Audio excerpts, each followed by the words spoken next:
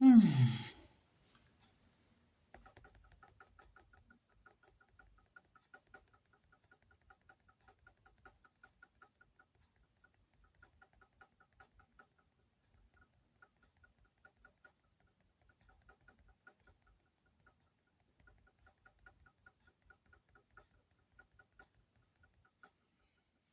Bon.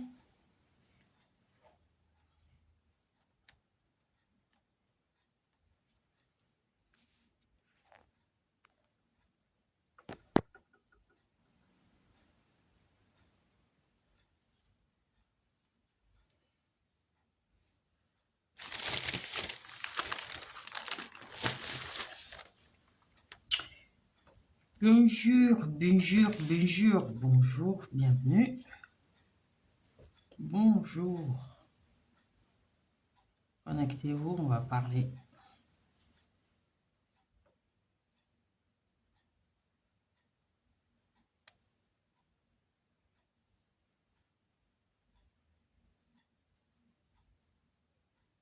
Bonjour, bonjour, bonjour. Bienvenue. Dernier live du mois de septembre.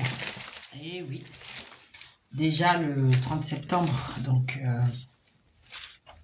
demain on est en octobre. Donc voilà, voilà. Bonsoir, bonsoir, bienvenue. Enfin, bonsoir, c'est l'après-midi. Hein. Bonjour, bienvenue. Bon, je vous laisse vous connecter. On va parler un peu de l'actualité de cette semaine. Il y a deux grands sujets. C'est sur la page déjà, donc j'ai fait des publications à ce sujet. On va parler de deux procès. L'un pour détournement de fonds publics au détriment, aux dépens du Parlement européen. Et puis l'autre, c'est le procès de Mazan. Donc voilà, on va en parler brièvement, mais le reste est réservé aux abonnés.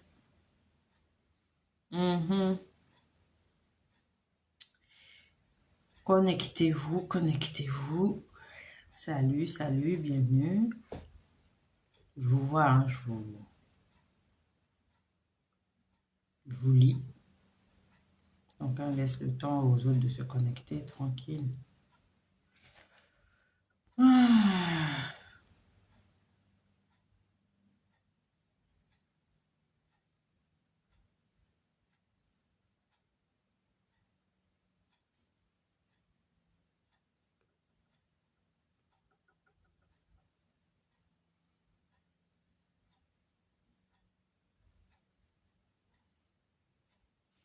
Lundi, lundi, lundi.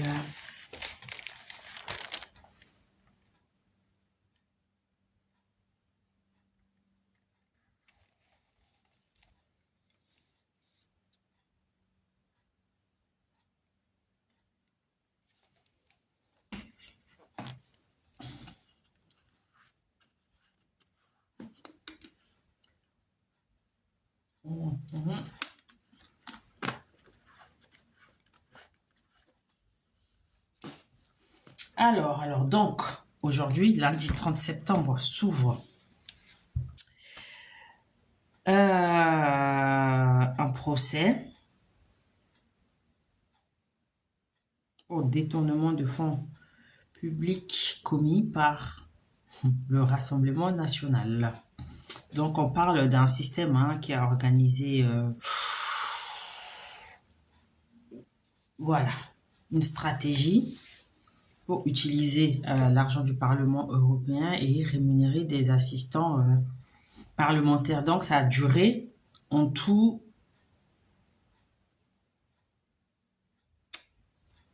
8 ans, pendant près d'une décennie.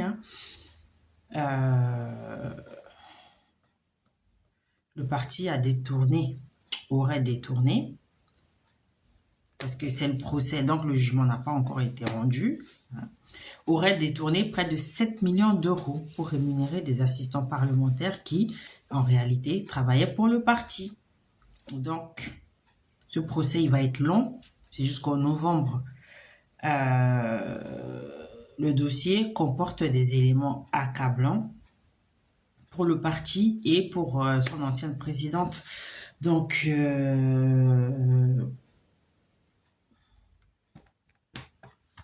c'est chaud. C'est chaud. Mais avant tout, je voudrais quand même citer hein, un gentleman sur ma page, Winston Smith, aka Thierry, il se reconnaîtra. Donc j'aime bien sa citation aussi, dédicace à toi. Je sais pas si tu me regardes ou voilà. Je cite, hein, la propagande d'extrême droite nationaliste et fasciste nuit gravement à la santé mentale des électeurs du RN. Elle est source d'ignorance, d'inculture, de bêtises, etc. Donc, fin de citation.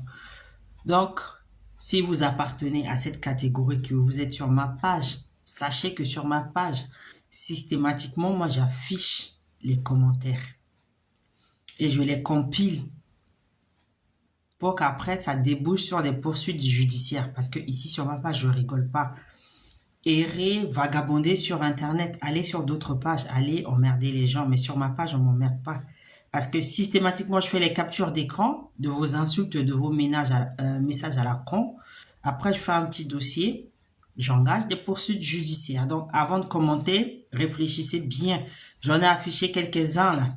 Ils ont gagné le gros lot. Hein, ils sont sur la page. Donc, ici, on ne rigole pas. Allez sur d'autres pages. Hein, il y a tellement... Ça pullule sur Internet. Hein, les fascistes... les haineux, les fachos, les racistes et tout. Il y a des sites pour ça. Allez-y. Et puis, ce qui est marrant, c'est que la plupart du temps, ces gens qui viennent, quand on va sur leur profil, c'est des profils privés. Jamais ils n'ont le courage de s'afficher.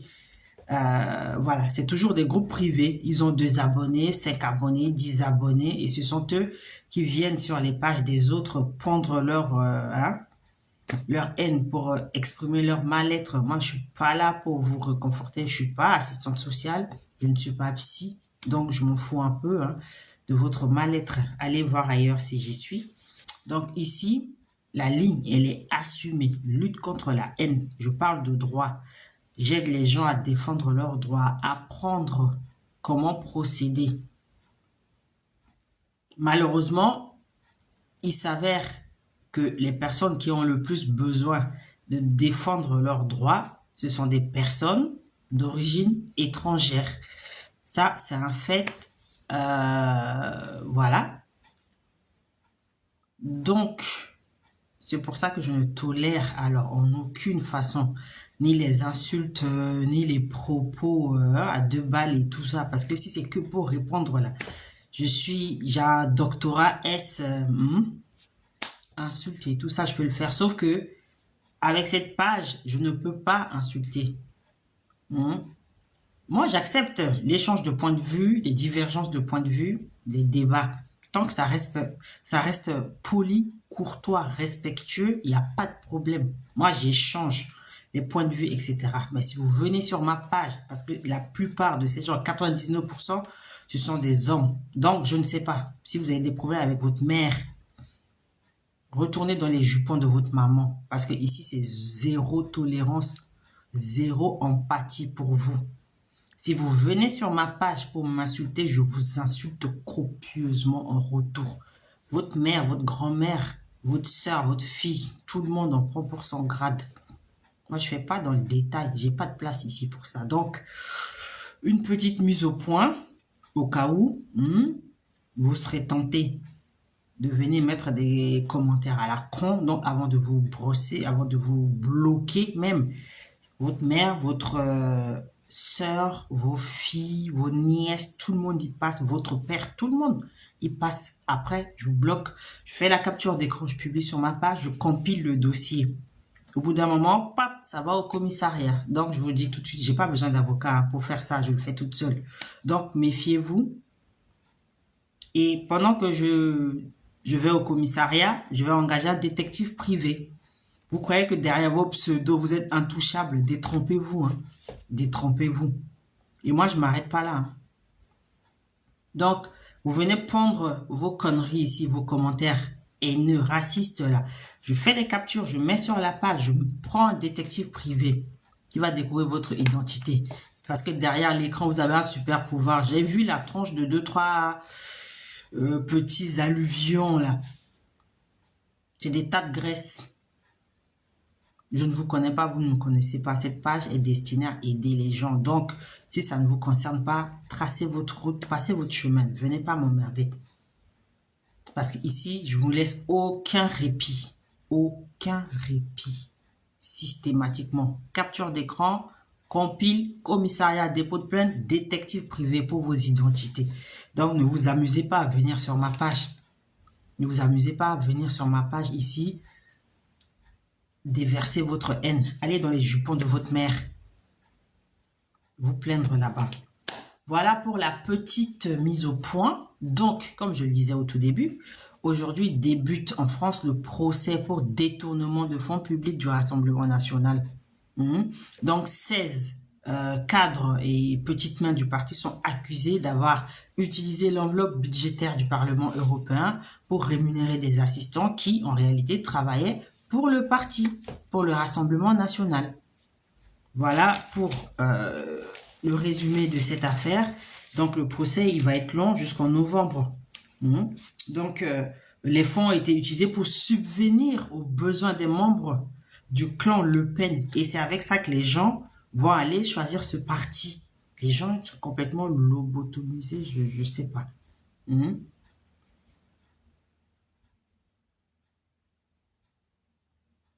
Donc, le parti est accusé d'avoir utilisé justement cette manne financière de l'Union européenne, du Parlement européen. Donc, qui dit fonds du Parlement européen dit impôt.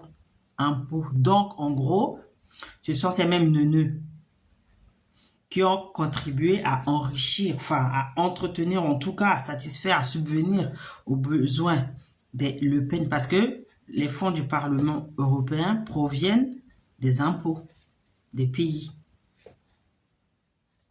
Donc, quand on réfléchit un peu, normalement, on peut prendre du recul. Mais bon, comme le dit, je répète la citation, c'est la propagande de l'extrême droite, ça nuit gravement à la santé mentale. Donc, ils ne sont même plus capables de réfléchir. Et la loi le dit, l'article 414-1 du Code civil précise bien qu'il faut être sain d'esprit pour valablement conclure un acte. Donc, si cette propagande nuit à leur cerveau de moineau, ce n'est pas étonnant qu'ils aillent voter. Ils donnent des sous pour entretenir les membres de la famille, propagent des idées nauséabondes et puis ils viennent les soutenir. Donc, le procès va avoir lieu. Et puis, je le dis pour ceux qui ne le savent pas, parce qu'il y en a beaucoup qui ne se renseignent pas, qui ne savent même pas de quoi ça retourne. C'est pas la France qui les a poursuivis, c'est le Parlement européen qui a signalé à la justice française cette stratégie mise en place pour utiliser l'argent du Parlement européen à des fins familiales. Donc, c'est le Parlement européen qui engage les poursuites. Parce que c'est elle la partie lésée. Pour les petits cerveaux réduits à l'état de bouillie, là. Donc, voilà pour le procès. Et donc, il y a beaucoup de documents. Il y a des mails, il y a des documents comptables avec des lignes, par exemple, où on écrit, je cite, « économie avec les européennes ». Donc, fin de citation.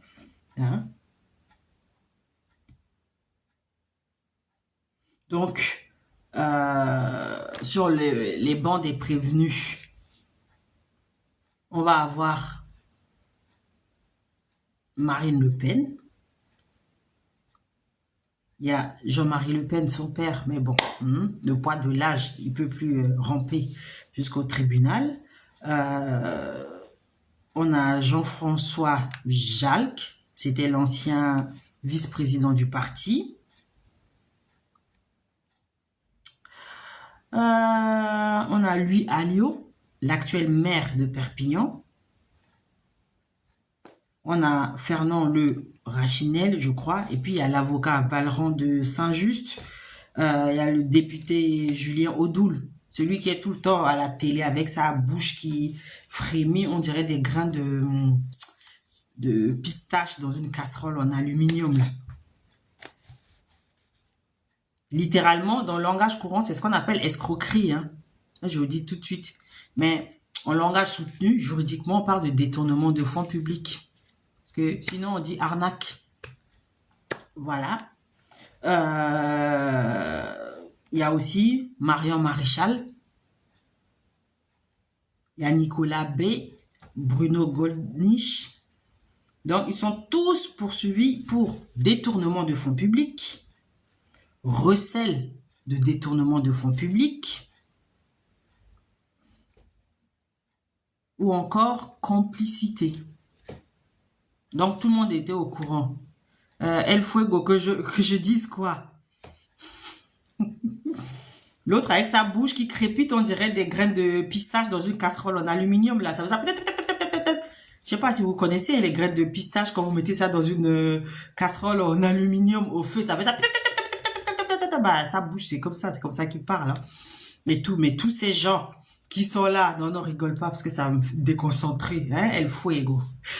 Donc, tous ces gens qui ont l'air tellement propres sur les plateaux télé, qui donnent des leçons de morale, qui sont là à vouloir déverser la haine, entraîner tout le monde dans la haine. Ils n'ont pas le huc propre, hein.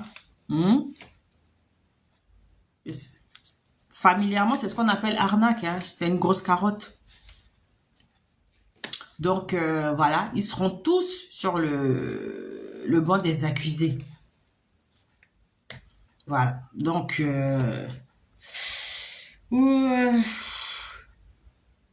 donc, il y a en tout cas l'historique de ce procès, c'est que ça commence en 2014, hein, l'affaire éclate en 2014, donc c'est l'Office européen de lutte antifraude, donc c'est l'organe de contrôle du Parlement européen qui reçoit des informations sur de possibles irrégularités dans les contrats des assistants parlementaires du FN. À l'époque, c'était le Front National. Et donc, en février 2015, les soupçons se renforcent avec la publication donc de l'organigramme officiel du parti du Front National. Eux-mêmes, en fait, en gros, je pense que ça vient de l'intérieur. Il y en a qui n'ont pas été d'accord, qui n'ont pas profité justement de la carotte là, et donc c'est de la délation, hein, qui ont dit au Parlement européen, à l'organe de contrôle, attention, il y a une magouille qui se trame ici. Et donc, eux-mêmes, officiellement, ils vont et publient leur organigramme. À partir du moment où ils publient, justement, c'est public. Il n'y a rien de privé. Donc, le Parlement européen s'est saisi de cet organigramme, hein. Et donc, dans cet organigramme, il y a 16 députés, donc des députés européens et 20 assistants parlementaires. 16 députés, 20 assistants parlementaires. Avec des responsabilités. El Fuego. Oui, c'est un film, ça. Ben, merci. Donc, avec des responsabilités relatives au parti, au Front National. Voilà comment l'histoire commence, hein? Et donc, il faut rappeler que le statut des députés européens exclut, mais alors de façon très claire, très claire, que les crédits qui sont versés aux eurodéputés servent à employer des assistants dans le cadre d'un parti politique ou du pays dont ils sont issus. C'est dans les textes, hein. Donc, il ne faut pas que cet argent serve justement à financer des activités politiques nationales. Bon. Ce qui se passe, en fait, c'est que tous ces gens qui sont là, qui parlent d'immigration, d'étrangers, de déchéance, de Français de souche, machin, c'est des gros arnaqueurs. Mais alors, la carotte, hein, eux tous, là, toujours mis en examen, condamnés, machin. Il n'y en a pas un qui est plus blanc que neige. Tous ces gens que vous voyez, qui... Hein, El Fuego, celui dont la bouche crépite, on dirait des graines de pistache dans une casserole en aluminium, là. Il y avait déjà le comptable du parti qui a été mis en examen, déjà. Donc, des perquisitions sont effectuées et puis on trouve des mails. Donc, dans les mails, le trésorier du parti, il dit, je cite, dans les années à venir et dans tous les cas de figure, nous ne nous en sortirons que si nous faisons des économies importantes grâce au Parlement européen et si nous obtenons des reversements supplémentaires. Fin de citation. Donc, c'est ça la stratégie. Ça commence comme ça. C'est le trésorier qui dit à la présidente du parti, comme on n'a pas de sous, on est misérable, on est pauvre, on n'a pas d'argent, personne ne nous prête, les banques ne leur prêtent pas. Donc, qu'est-ce qu'il faut faire? Il faut arnaquer le Parlement européen. En gros, c'est ça. Hein. Et donc, à cette époque-là, le parti avait plus de 20 millions d'euros de dettes. 20 millions. C'est toujours comme ça que la délinquance commence. Hein. On a des problèmes d'argent, ben, qu'est-ce qu'on fait? On triche. C'est ça. Donc, voilà. Ils sont aux abois financièrement. Donc, en gros, tous les frais des assistants parlementaires qu'ils ont réussi justement à carotter s'élèvent à exactement 6 800 000 euros. 6 800 000 euros. Vous vous rendez compte?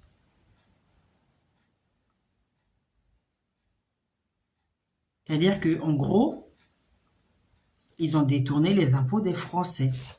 Ce soi-disant parti qui défend le pouvoir d'achat des Français, gna gna gna gna gna, la France est submergée, patati patata. C'est ce parti qui les escroque. En gros, c'est parce que je peux pas dire l'expression, mais en gros, ils mettent profond hein, à ceux qui les élisent là.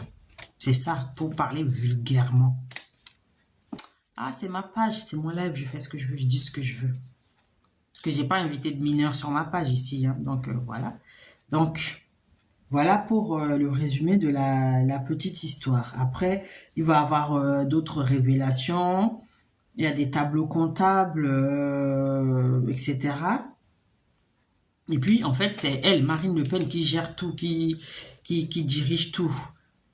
Elle sait comment ça se passe. Et puis, c'est elle qui donne les orientations. Donc, elle dit, hein, dans un mail, enfin, dans une réunion, elle dit à ses députés, aux nouveaux députés, je cite, il faut accepter de n'embaucher soi-même qu'un seul assistant pour nos activités d'élus. C'est moi qui vais contrôler l'enveloppe des assistants. Fin de citation. Donc, en gros, elle donne la stratégie. Donc, vous prenez juste un assistant et puis c'est elle qui gère la rémunération, machin et tout pour leurs activités. Ils font quoi comme activité? À part brandir la haine, vomir, leur mal-être et tout. Il n'y a pas besoin d'assistant parlementaire pour ça. Hein. D'ailleurs, l'autre, là, il est passé à travers les mailles du filet. Hein. Le neuneu, là. Le neuneu Ennela. Celui qui a cru, il avait pris la grosse tête. J'espère que ça n'a pas explosé. Hein. Il avait pris la grosse tête. Il a cru qu'il était déjà Premier ministre. Là.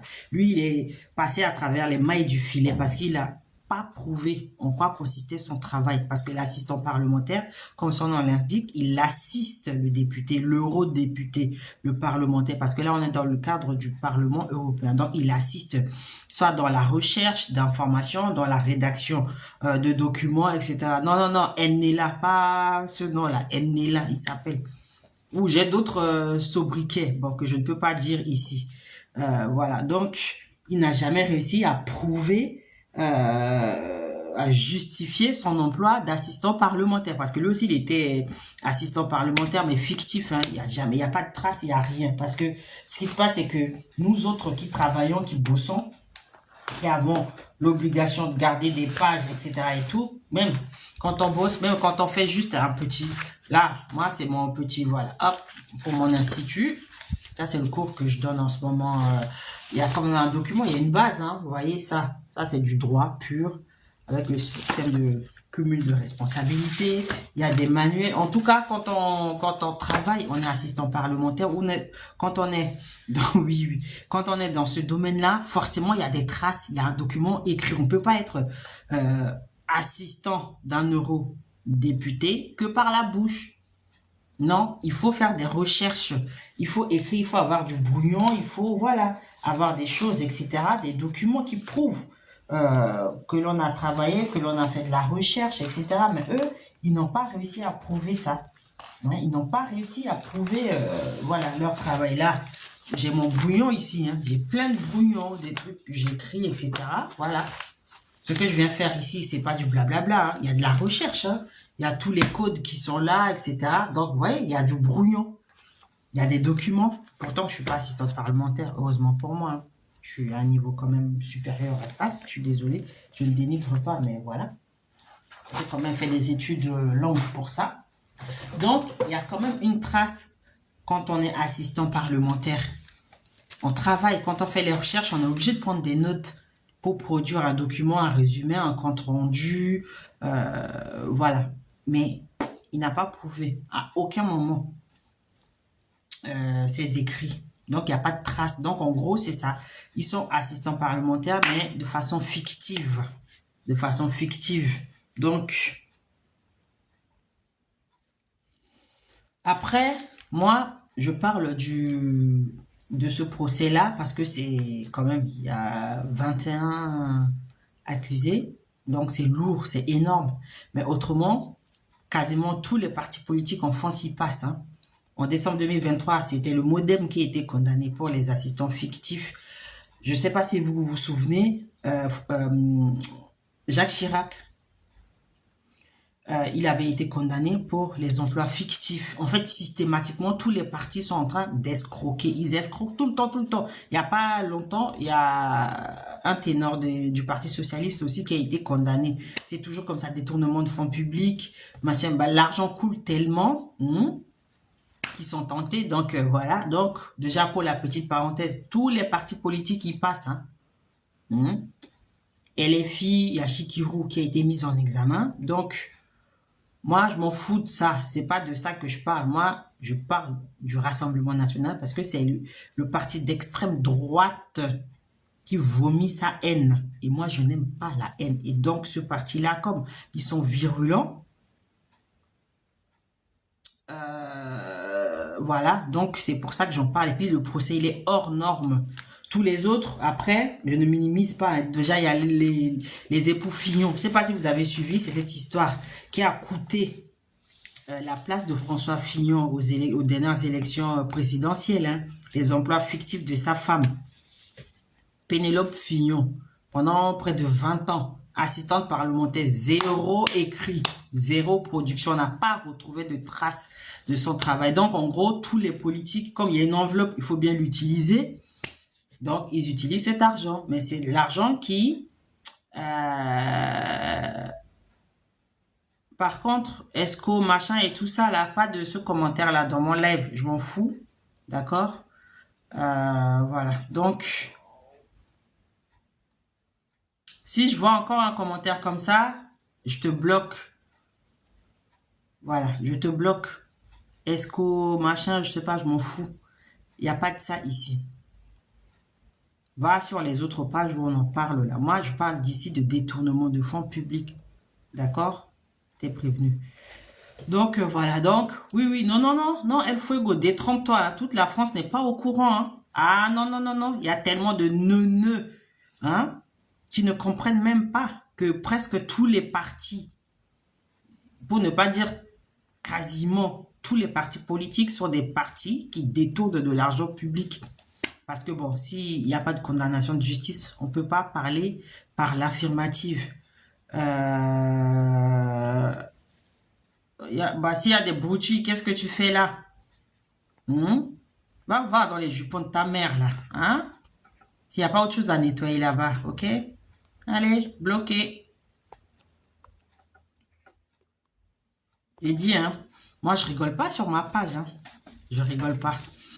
Donc, voilà. Ici, je m'en fous. Je parle pas de ça. Moi, sur ma page, je parle de droit. Je parle du droit appliqué à la vie sociale en France, à la vie de la société, etc. Moi, c'est que ça. Hein. C'est que ça. Tout le reste, là, je m'en branle. Chacun son domaine, chacun sa cible. Moi, c'est la haine que je combats. Je combats la haine et puis je parle de droit. Donc, le droit, de toute façon, il s'applique à tout. À la politique, à la vie sociétale, etc. Donc, je parle de ça. Tout le reste, là, voilà, c'est volontaire. Donc, le MODEM a été condamné pour l'emploi d'assistants parlementaires fictifs. Pénélope Fillon et François Fillon ont été condamnés. La condamnation est devenue définitive en fin d'année dernière. Pareil pour des emplois fictifs d'assistants parlementaires.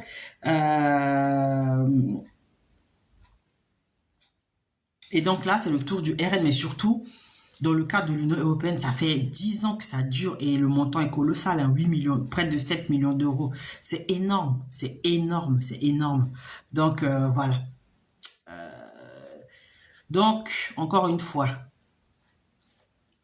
les neuneux qui ne réfléchissent pas, qui vont voter, machin et tout. Voilà le parti pour lequel, en tout cas, en majorité, vous votez. C'est comme tous les autres partis. Donc, ils n'ont pas de solution miracle. Ils vous la mettent profond, comme tous les autres. Voilà, c'est dit. Il y a encore plein de détails. Hein. De toute façon, c'est dans l'acte d'accusation. Donc, tout ce que je dis, vous pouvez aller sur Internet, vous tapez. Hein. Vous allez voir ça. Donc, voilà, c'est dans l'acte d'accusation. Et en fait, ce qui se passe, c'est que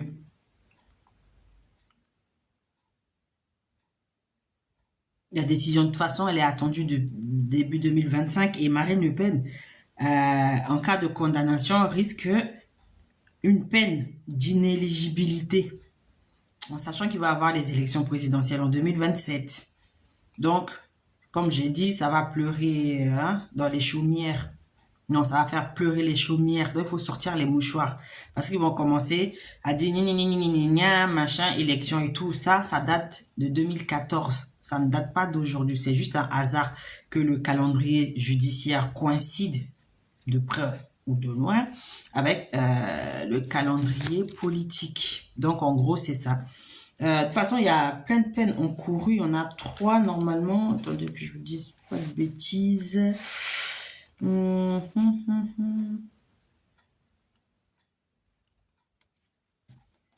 toute façon, elle est déjà condamnée 2 fois hein, pour diffamation. Donc, c'est pas sa première peine. Oui, j'en fais régulièrement El Fuego. J'en fais régulièrement parce que l'actualité l'exige. Donc, voilà. Et donc, dans le réquisitoire a été rendu le 18 septembre. Il y a une bonne douzaine de jours par le parquet de Paris.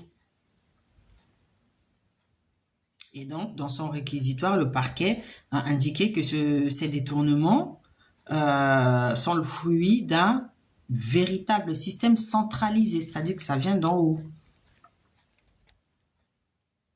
Voilà. Et en fait, vous savez pourquoi ça dure? Pourquoi ça traîne? Ça traîne parce que le Rassemblement national utilise des manœuvres dilatoires. J'en ai déjà parlé ici. Pour tout le temps repousser. Et là, il n'y avait plus moyen de repousser le procès. Toujours demander des reports, machin, tout ça. Ça s'appelle des manœuvres dilatoires en droit. Ça permet de retarder une décision de justice. En fait, c'est être de mauvaise foi, en gros. C'est ça, hein.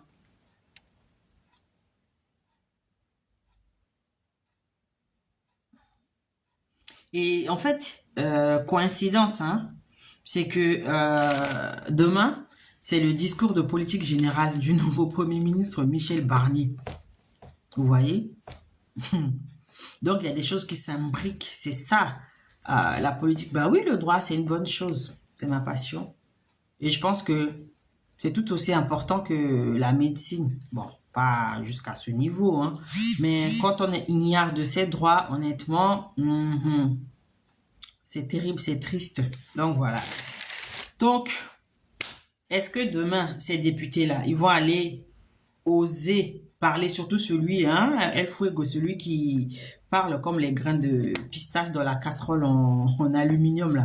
Ils vont aller contredire le nouveau Premier ministre, qui, de toute façon, s'aligne aussi sur leur discours aussi. Ils vont aller le contredire, vu qu'ils sont en procès pendant plus de 2 mois pour détournement de fonds publics. Donc, avant de venir donner des leçons de morale, il faut vraiment balayer devant sa porte. Hein.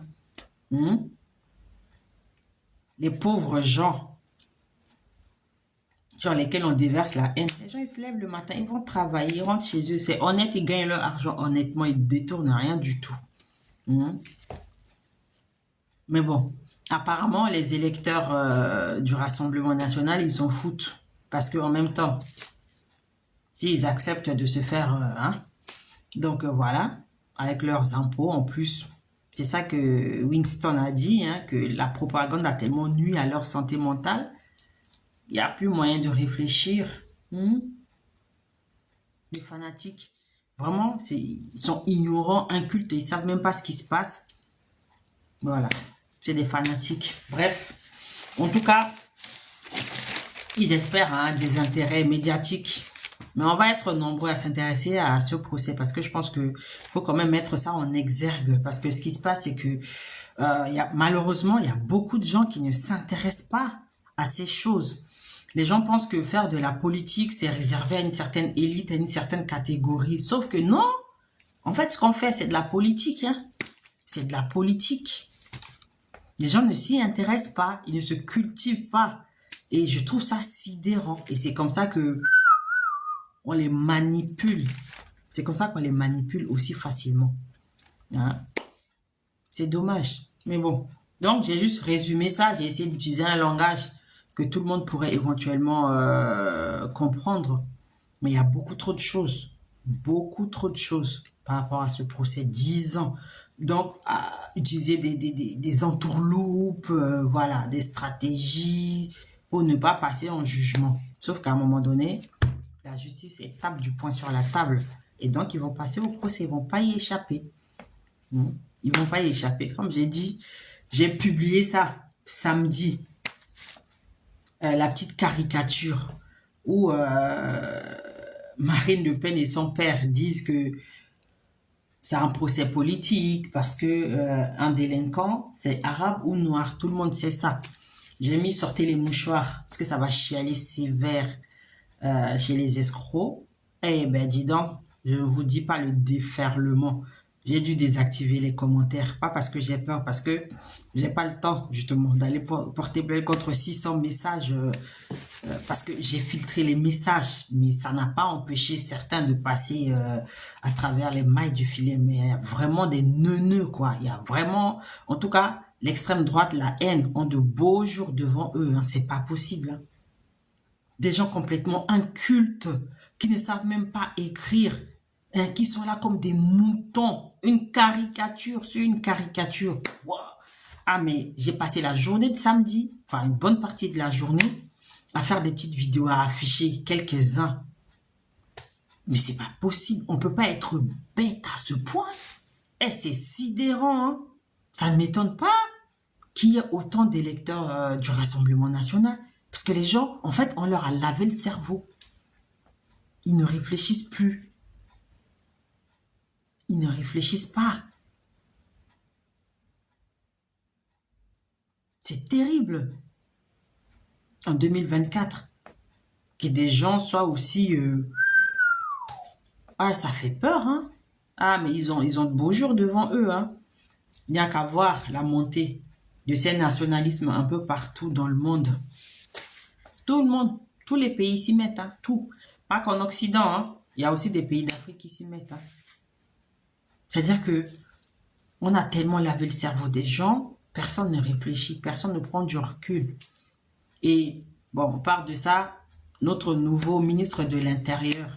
Vous savez que ça fait plus de 30 ans que lui, il est en politique, il n'a jamais eu de poste ministériel. Hein. Il a toujours été là, passé à côté, etc. et tout. Et là, ça y est, ses dessins s'expriment. En plus, la droite, les LR, les Républicains, ils sont arrivés quoi? Même pas troisième aux dernières législatives. C'est parce que Macron n'en fait qu'à sa tête hein, qu'on a nommé un Premier ministre LR. Et maintenant, ils reviennent au devant de la scène. Lui, avec ses dessins, il se croit, il s'autoproclame ministre de l'immigration. Je suis sûr que si on fouille bien dans sa vie, on va trouver une nounou, une femme de ménage, un gardien, je ne sais pas, mais quelqu'un qui est d'origine étrangère qui travaille pour lui. Si on fouille bien, on va trouver. Je l'ai mis sur la page. 60% des employés de maison, principalement en région parisienne, là, ce sont des personnes d'origine immigrée. Et ce sont les boulots que le français ne veut pas faire, que ces personnes font dans des conditions difficiles sur les chantiers. Et puis, le problème, c'est l'amalgame qu'il y a quand on parle d'étrangers, machin et tout ça. Tout de suite, on va prendre des photos de 2-3 personnes noires. On met ça, mais l'immigration ne concerne pas que les Noirs en France, hein.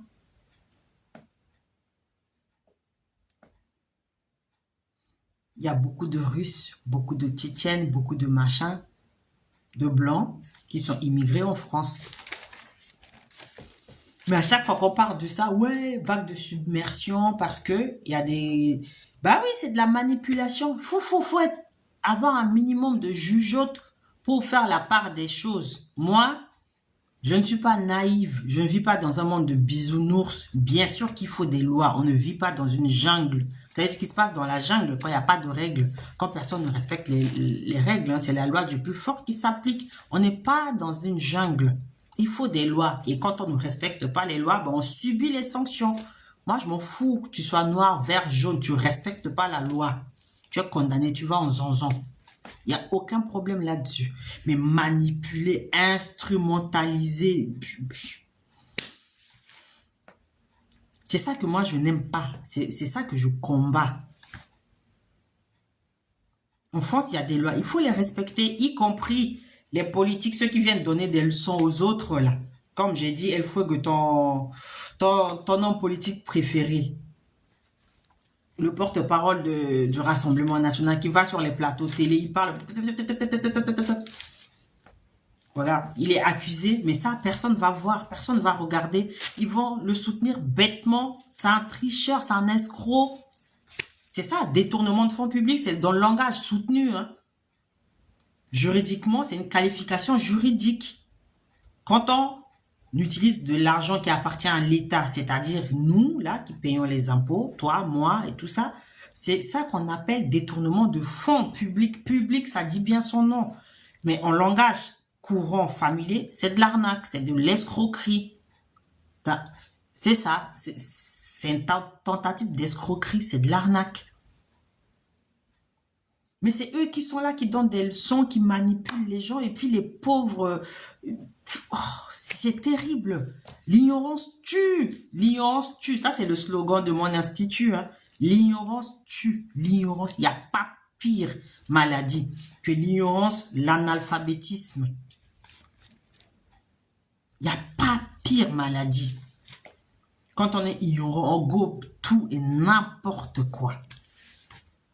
Quelque chose qui est blanc, on va dire que c'est rouge. Parce que tu es ignorant, tu vas croire. Et c'est ce que le Rassemblement national fait. Et il pense que Retailleau, il va sortir une baguette magique. Boum. Et puis, il va chasser tous les étrangers. Les étrangers. La définition d'un étranger. Il faut voir la définition, hein. Le ministère de l'Intérieur a sa définition. L'INSEE a sa définition. Il y a des étrangers passagers. Il y a des étrangers résidents. Bah oui. Hein? Il va faire comment pour les chasser? Il va aller dans chaque maison, avec les 67 millions d'habitants en France, il y a 67 millions d'habitants en France, il va aller dans 67 millions de maisons pour aller vérifier l'identité des gens et puis les chasser. C'est de la poudre aux yeux, comme le dit Macron. C'est de la poudre de perlimpinpin. C'est des bêtises. On ne se lève pas comme ça pour aller chasser les gens, hein. Ça me permet de déboucher sur l'OQTF. Je l'ai brièvement défini la dernière fois. L'obligation de quitter le territoire. Ça fait partie des mesures d'éloignement. C'est dans le code civil, enfin dans le code de l'entrée du séjour des étrangers et du droit d'asile. C'est une mesure d'éloignement, l'OQTF. Et vous savez pourquoi les OQTF ne sont pas appliqués? Pourquoi c'est pas appliqué? Parce que les gens qui prennent les OQTF, qui travaillent à la préfecture, qui émettent les OQTF, c'est les petits gamins qui sortent de l'école à peine. Bac plus 2, ça va pas plus loin. Moi, je le dis parce que je le sais. J'ai déjà vu. Je le sais. J'ai des offres d'emploi ici. Précisément la préfecture de Nantes qui recherche quelqu'un pour travailler pour le bureau de l'éloignement. Bac plus 2, pas plus. Bac+2. Avec un Bac+2, je vous assure, on ne comprend pas l'OQTF, on ne sait pas ce que c'est, cette mesure d'éloignement. Et ces gens, des fois c'est niveau bac, hein, niveau bac. Et l'OQTF, vous savez ce qu'ils font? Pour donner des OQTF, c'est là, hein. Vous voyez, il faut que je montre. Parce que quand on parle comme ça, moi je ne suis pas une manipulatrice, j'ai une ligne que je défends, mais c'est sur des faits. Vous voyez, là, c'est écrit, hein, l'obligation de quitter le territoire français, l'interdiction de retour, etc. et tout, comme je l'ai dit, c'est ça, le code de l'entrée du séjour des étrangers et du droit d'asile, c'est ce document qui réglemente la résidence des étrangers en France. Ce truc, ce truc, avec un bac ou un Bac+2, je vous assure, on n'y comprend rien du tout. Je vous le dis, on ne comprend rien à ce qu'on lit. Et donc, ces gens, avec un bac, je ne dénigre pas, hein, mais de nos jours, avec un bac, je vous assure, on ne peut pas lire et comprendre un code. Ça n'est pas possible. Et donc, qu'est-ce qu'ils font? Ils vont sur des sites. Ils font un copier-coller. Les Gifrance copier-coller. Ils mettent sur le courrier et ils signent par ordre, ils envoient. C'est pour ça que systématiquement, les OQTF sont contestés. Et quand ça arrive au tribunal, ce qu'on appelle le contentieux lié à l'éloignement des étrangers, les juges, systématiquement, ils annulent parce que c'est comme si un enfant prenait une décision. Un enfant, ça n'a pas d'expérience, ça n'a pas de recul, ça ne peut pas analyser. Ça, il faut de l'analyse pour faire ces choses. L'OQTF, il faut quelqu'un qui a étudié du droit, à minima 5 années, 5 ans d'études de droit. Parce que quand on arrive, et qui a fait un master recherche, hein, je le dis parce que j'ai fait un master recherche en droit public international, droit public comparé. Et quand on fait un master recherche, on fait un stage, on fait de la recherche. Mes journées, c'était à la bibliothèque, à lire ces trucs-là, de code. Et pas qu'un seul, hein. À lire, à prendre les infos, à lire les journaux, les gajas, les grands arrêts du droit administratif, tous les arrêts, les bouquins, machin, les journées, les samedis, les dimanches, j'étais à la bibliothèque, j'étais à Beaubourg. Avant les travaux, les dimanches, ça ouvrait. Pour faire des exposés sur l'Union européenne, sur les arrêts. C'est comme ça qu'on maîtrise le droit. On ne sort pas de la première année ni du bac. Le droit, ça ne se maîtrise pas comme... C'est comme la médecine, hein. C'est pour ça que ça prend du temps. Quand on fait de la médecine, au bout de 2 ans, on ne devient pas médecin, hein. À minima, 8 ans d'études. Et c'est pareil en droit. Tant qu'on n'a pas fait au minimum 5 années d'études, avec des exposés, avec des dissertations, les dissertations juridiques, je vous assure, c'est les plus compliqués. En sciences, c'est des calculs, hein, c'est carré. Hein. 1 plus 1 égale 2. Ça s'arrête là. Racine carrée de 25 égale 5. Hein.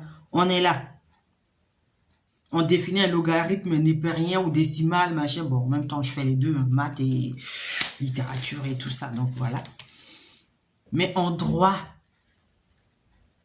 c'est une analyse, une dissertation. Ça peut vous prendre 8 pages. 8 pages. Quand on fait, une analyse juridique, quand on fait une fiche d'arrêt, il y a 6 points à faire. Déjà, comprendre la juridiction qui a rendu la décision. Ça, je le fais, mais c'est à l'institut, c'est réservé aux étudiants. Parce que j'ai des étudiants à l'institut juridique, des étudiants en droit à qui j'apprends à faire des fiches d'arrêt, à faire de l'analyse juridique. Déjà, comprendre un tribunal, ça rend quoi? Une décision, un arrêt, une cour, qu'est-ce que ça rend? C'est-à-dire qu'il faut comprendre le système, comment ça fonctionne.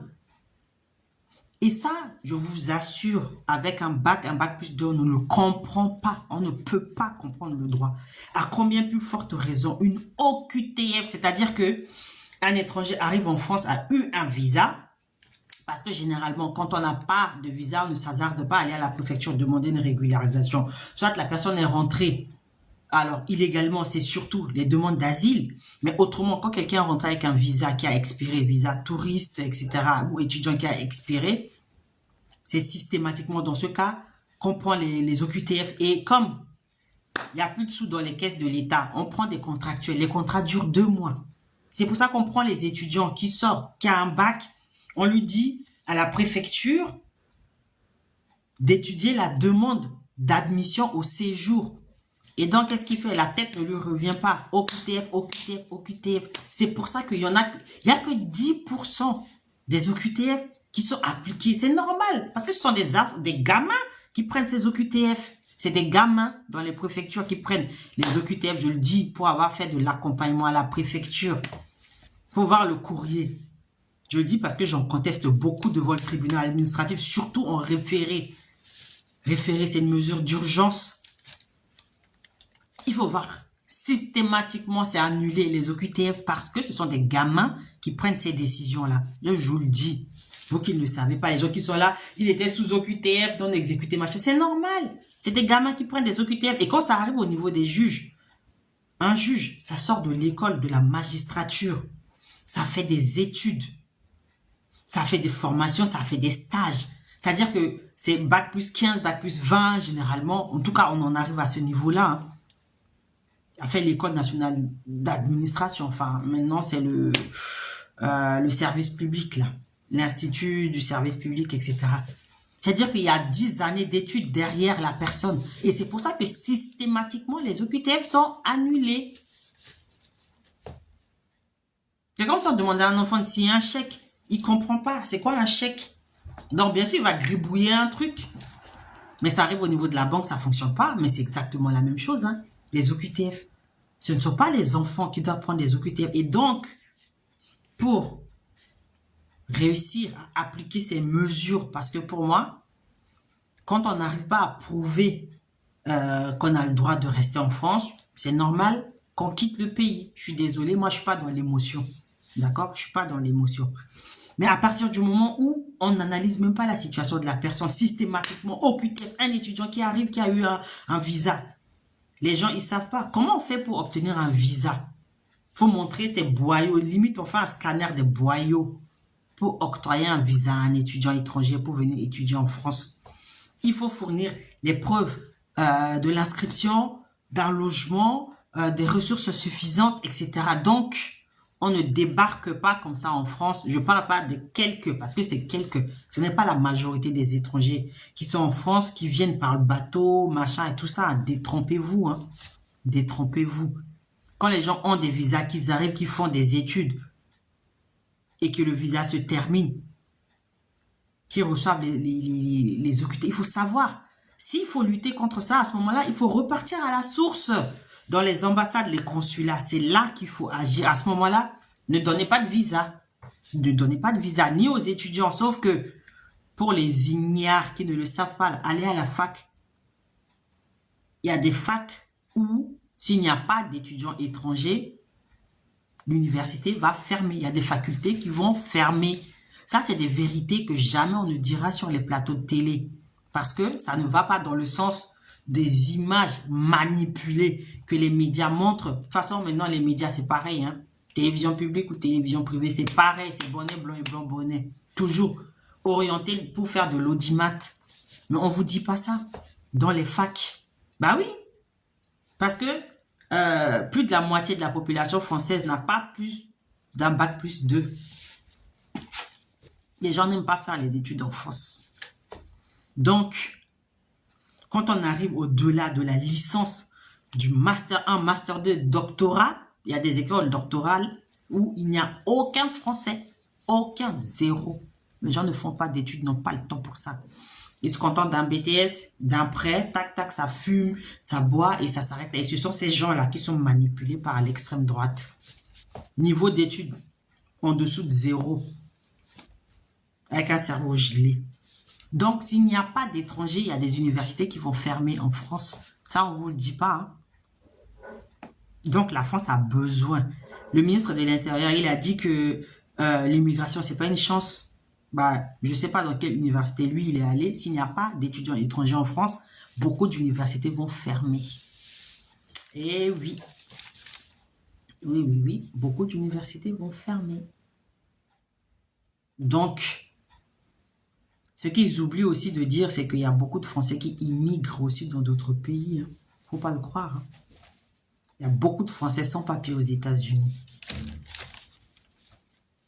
C'est parce que on ne donne pas vraiment toutes les informations aux gens pour qu'ils se fassent leur propre idée. On oriente toujours le débat pour faire de l'audience, pour faire de l'audimat. Bah oui, s'il n'y a pas d'étudiants étrangers, il n'y a pas d'université en France. Beaucoup vont fermer. Donc, aller à la source, il faut arrêter les visas. Ne donnez plus de visas aux étudiants étrangers. Ne donnez plus de visa tourisme à ce moment-là. Hein. Ne donnez plus de visa tourisme. Et les gens, ils savent même pas, les politiciens, les neuneux, là, les visas sont payants. Ça rentre dans les caisses de l'État, ça les paye. Les gens qui prennent des visas. Les visas sont payants, hein. Je vous le dis, les visas sont payants. Les visas rentrent dans les caisses de l'État, dans les lois de finances publiques. Les titres de séjour en France sont payants. 300 €, 500 €, machin. Ça rentre dans les finances. C'est ça qui paye les RSA. Donc, bien sûr que l'immigration, c'est une chance. Bien sûr qu'il faut faire appliquer les lois. À ce moment-là, il faut aller à la source. Embaucher des gens qualifiés à ce moment-là. Prenez les gens qui ont fait des études, qui s'y connaissent, qui savent analyser des documents juridiques. Parce que systématiquement, vous laissez un enfant signer un chèque, bah, ça va être refusé à la banque. C'est systématiquement la même chose. C'est strictement la même chose. Un étudiant avec un bac, il ne peut pas prendre d'OQTF parce que systématiquement, en référé devant le juge, bam, c'est cassé, c'est annulé. Et c'est comme ça qu'il y a beaucoup de cons qui passent à travers les mailles du filet. Et puis qui commettent des drames qui sont récupérés par l'extrême droite et les autres. Bah aussi, bah oui, parce que le RSA, tu crois que c'est payé avec quoi? Ça fait partie des ressources de l'État. Hein. Oui, oui, les titres de séjour, c'est dans la loi de finances. Hein. C'est parce que les gens ne se cultivent pas. Allez sur Internet, sur le site du Conseil d'État du ministère des Finances, vous allez voir. Hein. Bien sûr, il y a des lois de financement, des lois rectificatives, etc. en droit public. Hein. Tout ça, ça va dans la caisse de l'État. Hein. Bien sûr. Bah, si le Parlement européen, l'argent qui est détourné par le Rassemblement national, ça provient des impôts. C'est quoi les impôts? J'avais déjà fait une vidéo dessus sur ma page, les impôts. La TVA, c'est un impôt. Tout le monde paie la TVA. 100% des personnes qui vivent en France, sauf les enfants, bien sûr, paient la TVA. Vous achetez du papier toilette ou vous torchez, vous payez la TVA dessus. Hein. Produit de première nécessité. Le taux, c'est à 5,5%. Hein. Vous achetez de l'eau. Vous achetez les protections hygiéniques pour les femmes quand elles ont leurs règles. Il y a la TVA dessus. Hein. Vous achetez les médicaments, il y a 2,1% de TVA dessus. Vous mettez du carburant dans votre voiture, il y a la TVA. Vous travaillez, les prélèvements, c'est quoi? C'est des impôts. La CSG, etc.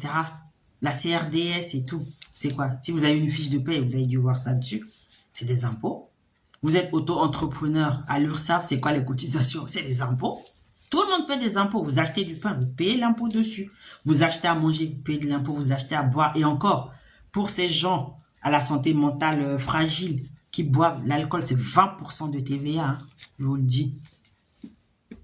20% de TVA. Ce que vous fumez là, vous séchez pas qui remonte à votre cerveau.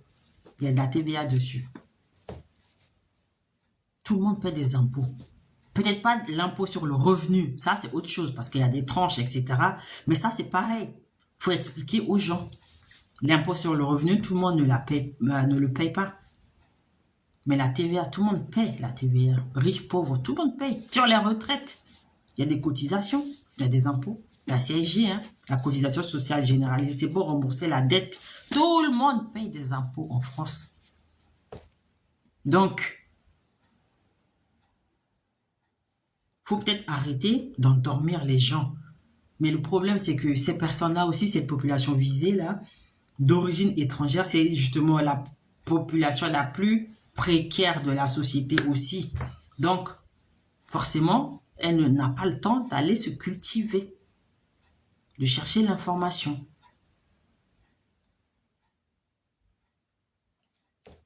Donc, l'histoire de l'OQTF, Les gens passent à travers les mailles du filet parce que ce sont des gamins qui prennent l'OQTF, qui travaillent à la préfecture, au guichet, machin et tout. Ils font juste des copier-coller. Ils ne comprennent même pas eux-mêmes ce qu'ils mettent sur les documents. C'est pour ça. Et c'est pour ça que ça se casse la figure au tribunal, tout le temps. Moi, je dis tout, il faut contester. Toutes les décisions de refus, il faut les contester au tribunal. Parce qu'au tribunal, au moins, vous avez des gens qui ont fait des études, même un greffier. Bac plus 5 à minima, hein. Attention, droit public, bac plus 5. Quand on arrive à un niveau bac plus 5, on a la capacité d'analyse, de recul. On analyse. Mais avec un bac, c'est pas pour dénigrer, hein, c'est bien.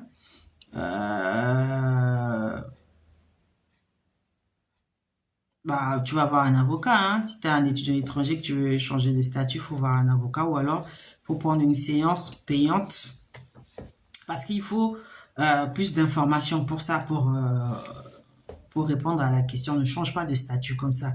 Quand on vient en tant qu'étudiant en France, normalement, quand on finit ses études, on repart chez soi, on rentre dans son pays d'origine. Après, on peut obtenir une autorisation spéciale de séjour pour pouvoir travailler, acquérir un peu plus d'expérience.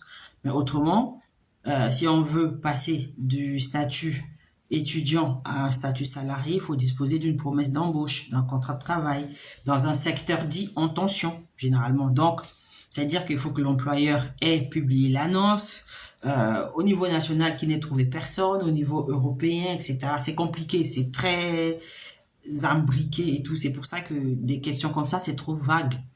Après, si c'est une situation particulière, il faut prendre rendez-vous et puis c'est payant, il faut payer. Et après, à ce moment-là, je prends les infos, toutes les infos qu'il faut, l'identité, pour quel genre d'études la personne est arrivée, c'était quoi son type de visa, parce que ça aussi, ça diffère. C'est quoi ses résultats aux examens, est-ce qu'elle a validé tous les niveaux, etc. Dans quel domaine, tu vois, c'est compliqué. Il y a beaucoup de choses à prendre en compte pour faire la démarche et tout. Et puis des fois, ça ne vaut pas la peine de changer de statut quand on a fini ses études. Moi, je dis, bon, j'accompagne des gens, hein, des étudiants aussi. Faut analyser la situation. Écris-moi un message en privé, je t'en parlerai. Écris-moi en privé, je te répondrai.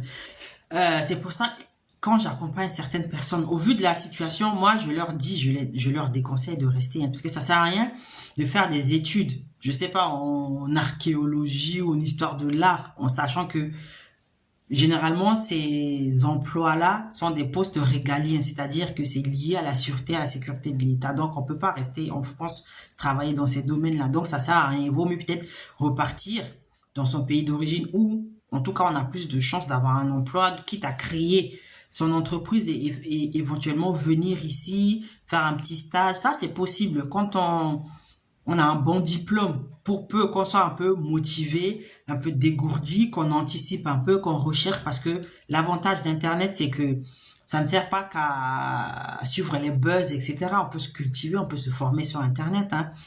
On a des informations par rapport aux métiers, des métiers connexes. On crée son entreprise et il y a beaucoup de gens, comme vous voyez bien, des gens qui prennent les bateaux, les pirogues pour venir en France, là, c'est pas les cadres, hein. Parce que des gens qui sont bien, qui sont cadres, qui ont bonne vie, une bonne situation financière, ils s'hasardent pas à prendre des pirogues, à risquer leur vie, hein, à se noyer en sachant que 100% de ces personnes ne savent même pas nager. Donc, il y en a comme ça, je fais des sessions avec des étudiants, moi je leur explique clairement, hein. Vous qui venez faire des études en histoire, en géologie, en machin et tout ça, finissez vos études, repartez chez vous, hein. Ça sert à rien. Honnêtement, je vous dis, hein. Ça sert à rien. Vous repartez, vous créez quelque chose, et puis voilà. Autrement, il faut vraiment détenir une promesse d'embauche. Et ça, généralement, c'est plus dans les matières scientifiques. Parce que là, il y a pénurie de main-d'œuvre. Après, vous venez pas faire des études pour devenir nounou après, hein. Ou pour devenir femme de ménage, hein. Parce que ça, c'est des salaires de misère. C'est des boulots de merde. C'est vrai. C'est un travail, ça paye les factures, mais c'est des boulots de merde, je vous le dis. Informatique, oui, il y a moyen. Il y a moyen de... En informatique, oui. Ça aussi, c'est un secteur en... pénurie, ça dépend. Si c'est informatique, genre ingénieur ou data scientist, des choses comme ça, pointu, oui. Ça, oui, on peut trouver du boulot. Oui, bah, dans le BTP, il n'y a pas d'études pour ça, hein, je crois pas. Hein. Bâtiment, à moins que ce soit dans l'architecture. Et là, c'est pareil. Ça, après, il faut être français aussi pour être architecte. Donc, voilà, c'est surtout ça. Pareil pour la médecine. Quand on ne fait pas la première année en France, on ne peut pas être médecin en France parce qu'il y a un concours. Je ne sais pas si ça a beaucoup changé, mais tous ceux qui sont médecins ailleurs qu'en France, ou alors en dehors de l'Union européenne, ils ne peuvent pas exercer en France. Donc, il y a des conditions comme ça, etc. Donc, moi, quand j'ai des sessions avec des étudiants, ceux qui sont inscrits sur Parcoursup, etc., je regarde la plupart des gens, c'est même pas des motivations professionnelles, hein. Ils n'ont pas de but, ils n'ont pas d'objectif. C'est juste pour sortir. Sortir pour sortir. Avec tous les gens qui travaillent déjà, qui dorment dans leur voiture pour venir gonfler le nombre de pauvres. Non, ça sert à rien. Moi, je le dis cash, hein. Quand je dis, moi, il n'y a pas d'état d'âme, je suis pas, voilà. On en voit, j'en vois, hein. Des femmes avec enfants qui dorment dans la rue, les températures commencent à chuter. Là, il pleut, il fait froid. Déjà, les gens diplômés ont du mal à trouver du travail. Alors, ceux qui arrivent, qui savent même pas parler français, qui savent même pas aller dans l'administration, bonjour monsieur, je souhaite obtenir des renseignements à propos d'un tel sujet, etc. Vous croyez quoi? En fait, c'est ça, ce mauvais côté qui contribue à la montée des nationalismes, de la haine et tout ça. Ce sont ces petites choses-là. Hein. Donc, je referme la parenthèse pour en revenir à nos moutons de l'OQTF. L'OQTF, donc, ça n'est pas exécuté parce que ça n'est pas pris par des professionnels, par des gens expérimentés. Parce que quand on regarde dans ces situations, généralement, ces personnes-là, l'OQTF ne s'applique pas à elles. N'en déplaise aux racistes, aux fachos, aux haineux et tout, la France n'est pas un pays qui vit en autarcie. Hein.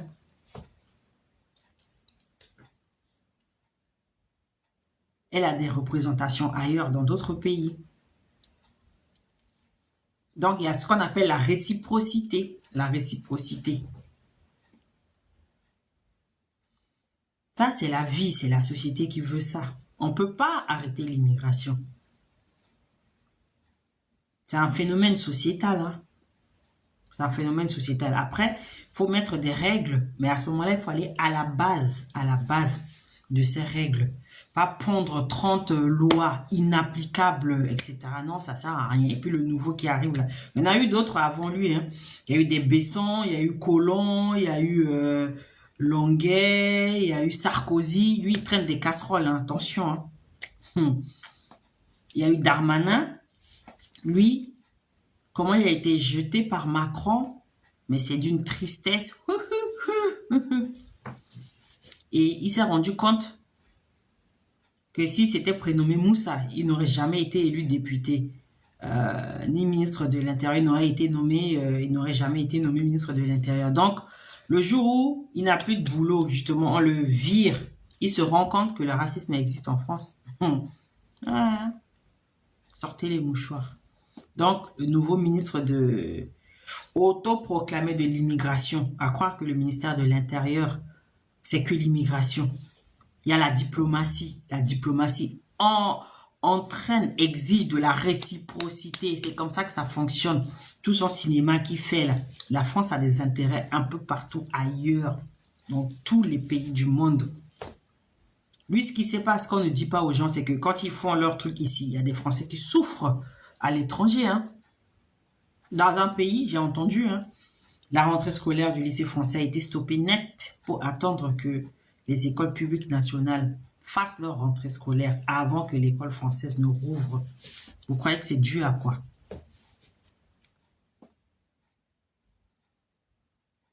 Il ne faut pas oublier que la France, c'est pas dans une boîte. Hein. La France ne vit pas dans une tour d'ivoire. Il y a la diplomatie, il y a ce qu'on appelle la réciprocité. Moi, je ne parle pas de ces brebis égarées, de quelques personnes qui peuvent pas se retrousser les manches, qui risquent leur vie avec des enfants, aller mourir sur des machins, des pirogues et tout ça. Moi, je parle pas de ça. Hein. Parce que ça, c'est vraiment cette exception qui confirme la règle. Mais la France ne vit pas en autarcie, hein. Les frontières sont ouvertes. Il y a des visas qui sont délivrés aux gens autant que des visas qui sont délivrés aux Français. Qui vont faire des études, des stages, machin, qui vont travailler les soi-disant humanitaires, là.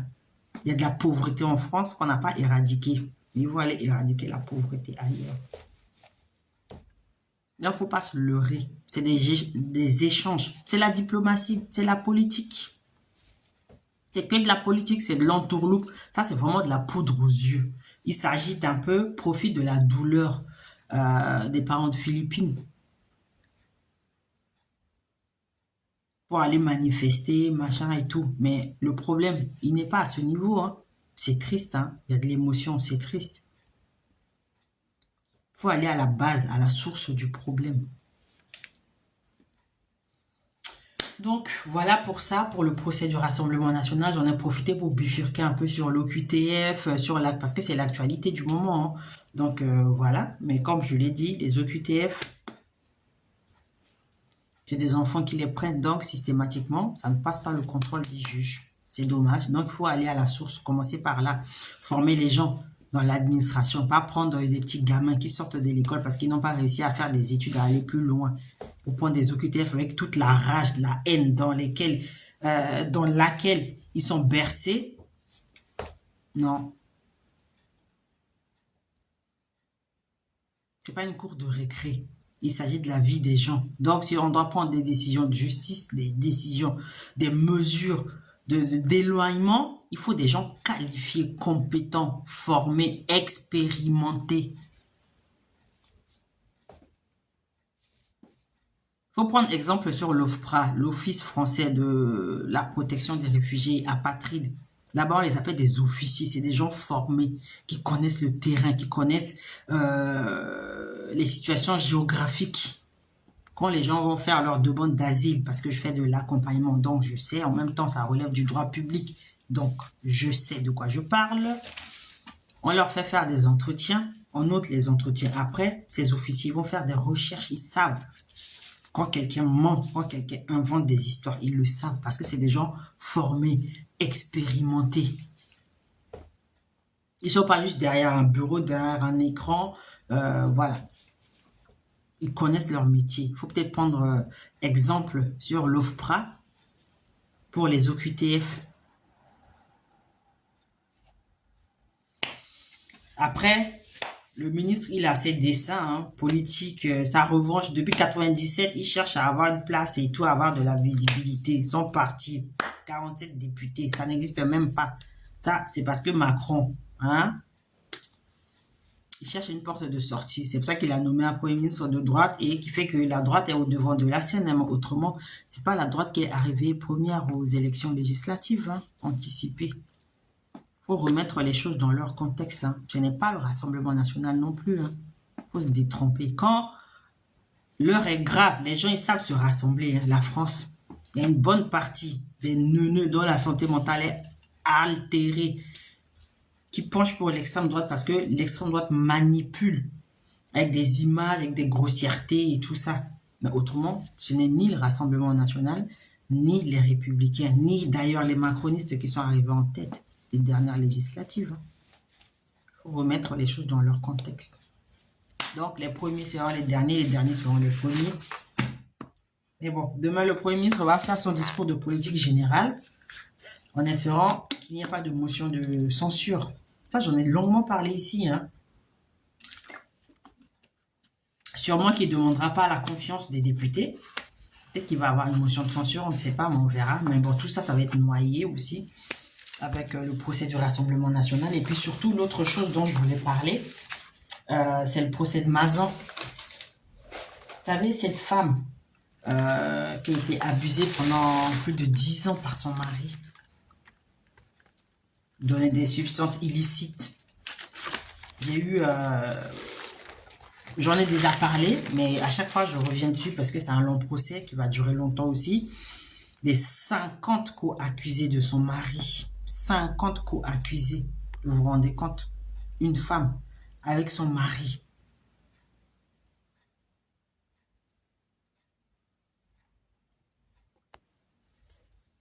marié pendant 50 ans, mais durant les 10 dernières années, tout le temps. Il lui donne des substances, je ne peux pas dire le nom, DROGES là. Et puis il fait venir 50, on en a identifié 50, mais on avait 80 en tout. 80, vous vous rendez compte? C'est un retraité, hein. En fait, j'ai publié la compilation. Là, j'ai publié parce que ça résume assez bien l'affaire. Vraiment, ça résume assez bien l'affaire. Quand on regarde le profil de ces accusés, on a des intérimaires, des gens sans emploi, mais les détails sont glaçants. Allez regarder l'émission 7 à 8. Hier, il y en avait 3 qui avaient témoigné. Mais c'est hallucinant, vraiment. Sans emploi, chauffeur routier, magasinier au chômage, retraité, poseur de menuiserie, employé dans les transports, employé dans un magasin, dans le BTP. Il y a même un journaliste, un infirmier, un agent d'entretien, quelqu'un en réinsertion professionnelle, un ouvrier, un technicien informatique, un militaire, un gardien de prison, un menuisier, un jardinier, employé dans les transports, ancien chasseur alpin, un carreleur, un chef de chantier, un sapeur-pompier, un électricien, un frigoriste, un plaquiste, un vendeur, un plombier, un manager dans la restauration. Vous vous rendez compte? Monsieur, tout le monde. C'est-à-dire, parmi ces 50 co-accusés, il y en a 10 qui se sont rendus au domicile de ce couple à plusieurs reprises. 6 sont allés 2 fois et 4 sont allés plus de 6 fois. Vous vous rendez compte? Les hommes, quand une femme n'est pas simplement endormie, vous le savez ça. Moi, je n'ai aucune pitié pour ces hommes. Hein. Honte à leur avocat, même si tout le monde a le droit d'être défendu. Honte à eux, honte à leur stratégie. Ils savaient très bien que cette dame n'était pas consentante. Même pas. Non, même pas. C'est juste pour leur esprit tordu, leur fantasme tordu, oui. 23 de ces co-accusés ont un casier judiciaire. 6 ont été condamnés pour violence conjugale. C'est-à-dire que ils ont soit insulté ou porté main sur leurs compagnes respectives. On les a condamnés, pas accusés, condamnés. Et c'est eux qui vont faire ça à une autre femme, qui pourrait être leur mère, leur grand-mère, leur soeur, leur tante. C'est à gerber. 2 ont été condamnés pour violence sexuelle. 5 ont été mis en examen pour détention d'images pédopornographiques. Notamment le journaliste, le technicien informatique et le sapeur-pompier. Comme par hasard. Vous vous rendez compte? 13 ont déclaré avoir une dépendance à l'alcool et ou une consommation régulière de drogue, cannabis, cocaïne, des alcoolos, des drogués.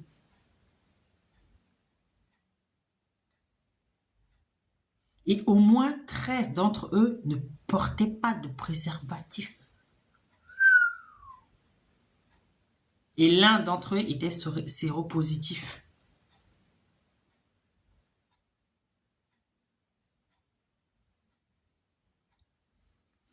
Les détails sont glaçants, sont troublants. Ils ont de la chance qu'ils soient en France. Hein. Parmi les 13 là qui ne portaient pas de capote là, il y en a un qui était séropositif. Heureusement pour cette dame, comme elle n'a rien fait de mal, elle a été épargnée. Elle n'a pas chopé le VIH, ni l'hépatite B ou C, mais elle a chopé des MST. Qui peut faire ça? On ne fait même pas ça à son ennemi. Un mari qui fait ça à sa femme. Il y a des détails glaçants. Je vous ai dit hier dans 7 à 8, le message qu'il envoyait lui, il traitait sa femme de ça. Hein? Hop.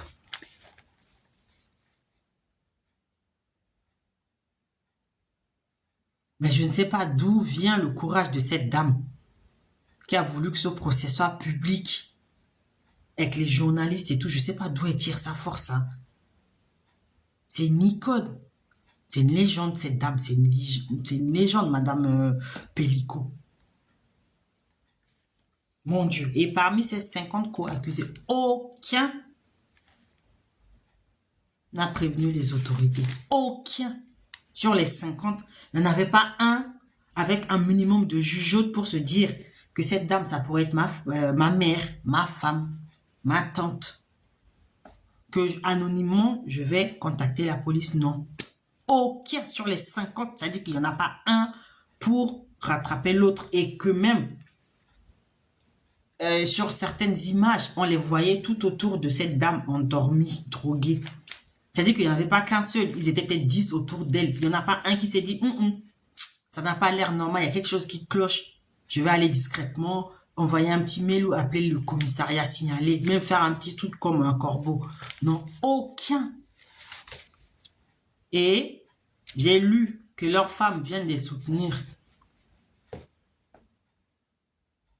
On marche sur la tête, hein.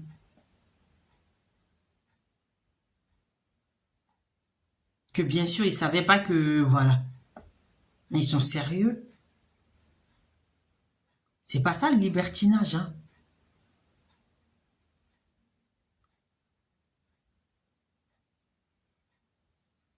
C'est-à-dire qu'il y en avait 83 hommes repérés.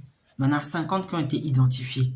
C'est-à-dire qu'il en reste encore comme ça dans la nature. Plus de 30 hommes comme ça dans la nature qui savent très bien ce qu'ils ont fait.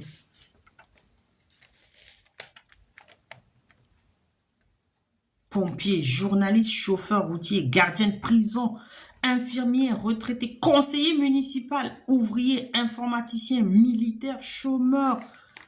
Mais c'est incroyable ça.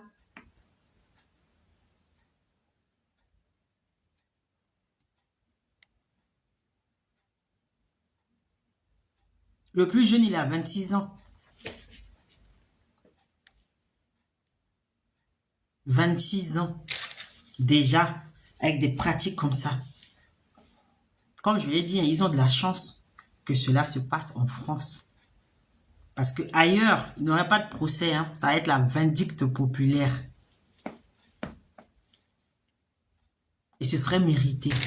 En plus, ils sont dans le déni. Hein. Avec leurs avocats, avec leurs femmes, machin. Honte à vous. Franchement, honte à vous. Quelle femme peut supporter ça? Supporter un homme qui fait des choses comme ça?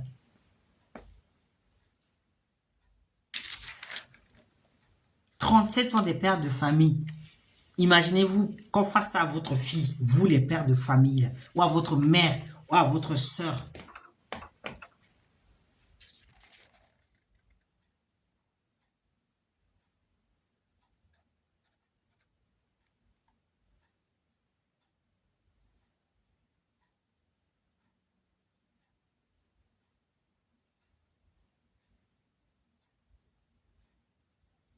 C'est-à-dire qu'ils sont dans le sud, là, à Carpentras, Avignon, etc., dans un rayon de 20, 40, 60 kilomètres.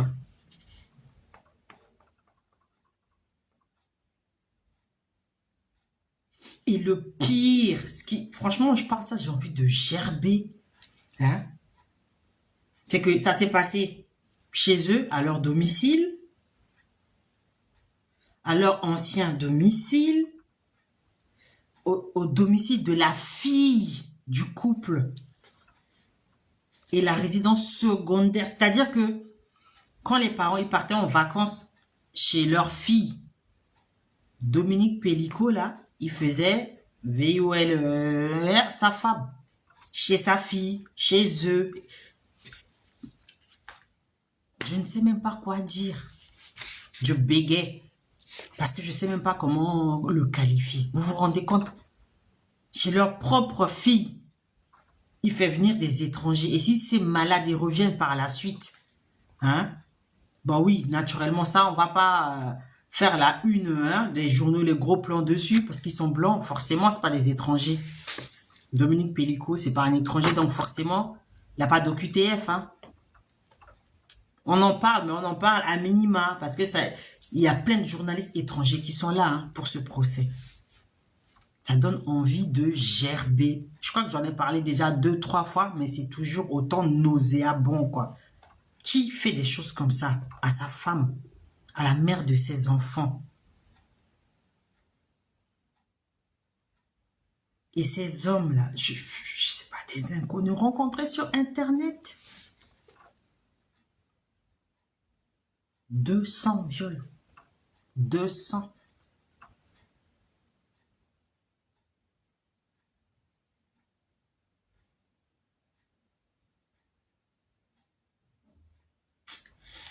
Vraiment, c'est terrible, hein. C'est terrible. Les détails sont sordides.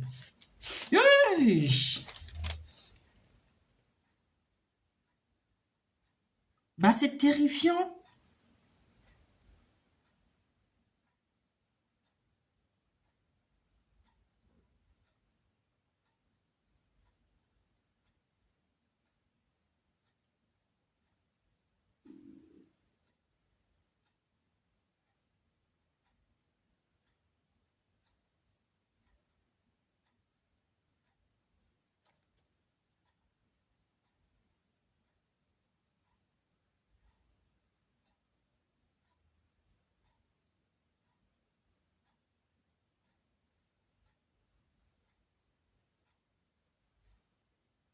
Il y a des parties, mais je peux pas lire. C'est trop sale, c'est trop dégoûtant. Et si je lis ça, le live va être coupé. Hein?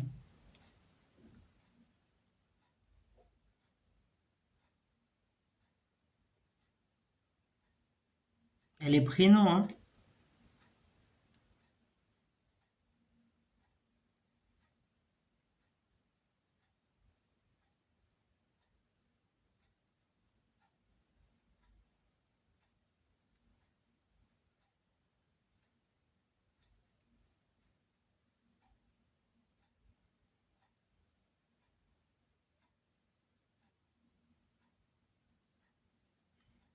Le pire, c'est qu'ils nient tous. Ils nient tous. Non, elle a de la force, hein. Elle vient au procès tous les jours sous les acclamations. C'est elle qui a demandé justement que le procès soit public. Elle aurait pu demander que ce soit à huis clos. Puisque je le rappelle, hein, quand c'est un procès au pénal, on parle de huis clos. Quand c'est au civil, on parle de procès sans public. Mais c'est elle qui a demandé. Il faut qu'on montre ça aux yeux du monde. Tous les journalistes du monde sont là pour filmer ça. Mais c'est terrible. C'est... Ah là là là là. Ouais, j'ai la chair de poule, mais alors.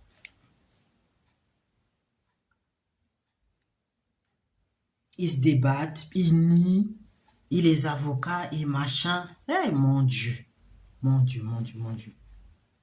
Mais elle a une force, cette dame. Ils sont même pas choqués. Ils viennent chez un étranger qu'ils ont croisé sur Internet. La femme dort comme si elle était morte. Mais non. Et puis, moi, je l'ai dit, j'ai posé la question hein, aux hommes, là. Franchement, les hommes qui sont là sur le live, là. Comment un homme, je sais pas si je dis ça, mon live ne va pas être bloqué. Un homme peut bander à côté d'une femme qui est pratiquement morte, droguée. Il faut être malade, il faut être un monstre.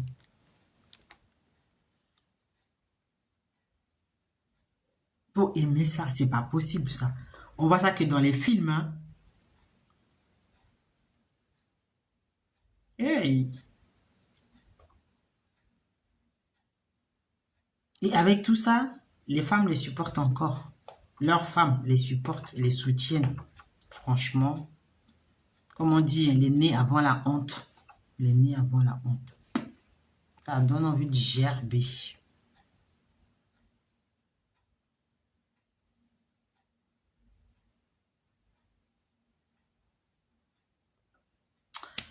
En tout cas, je parlerai du procès, mais après, comme il y a des parties qui sont réservées aux abonnés, normalement, les gens qui payent, ils ont droit à un petit plus. Ça marche comme ça. Hein. En tout cas, moi j'ai fini de parler, hein, j'ai parlé.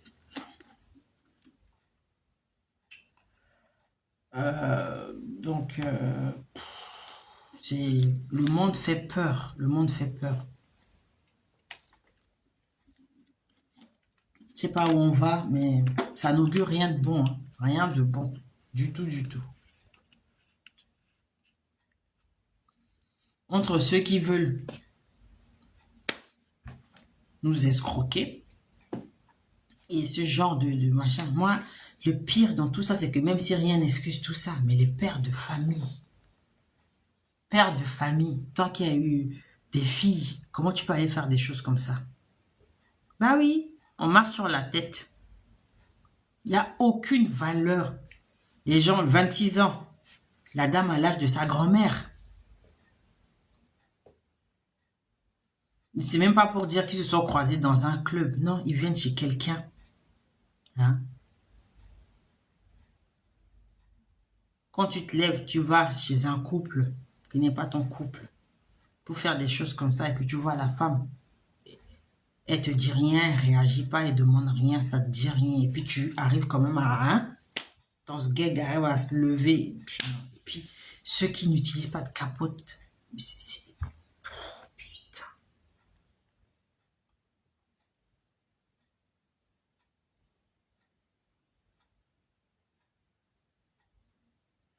Mon Dieu, c'est d'une horreur. En tout cas, moi j'ai fini, hein, j'ai fini de parler. Je vais vaquer à mes occupations. Dans 1 heure, j'ai cours. Je donne des cours dans 1 heure. Donc, je vais revoir un peu mon plan du cours. Et puis voilà. Puis El Fuego, tu m'écris. Je te répondrai en privé. Voilà. Donc, merci à tous ceux qui se sont connectés. Donc, abonnez-vous à la page. Hein. Il y a des choses qui se passent. Faut s'informer. Faut se renseigner. Faut se cultiver. Hein. Faut pas être ignorant.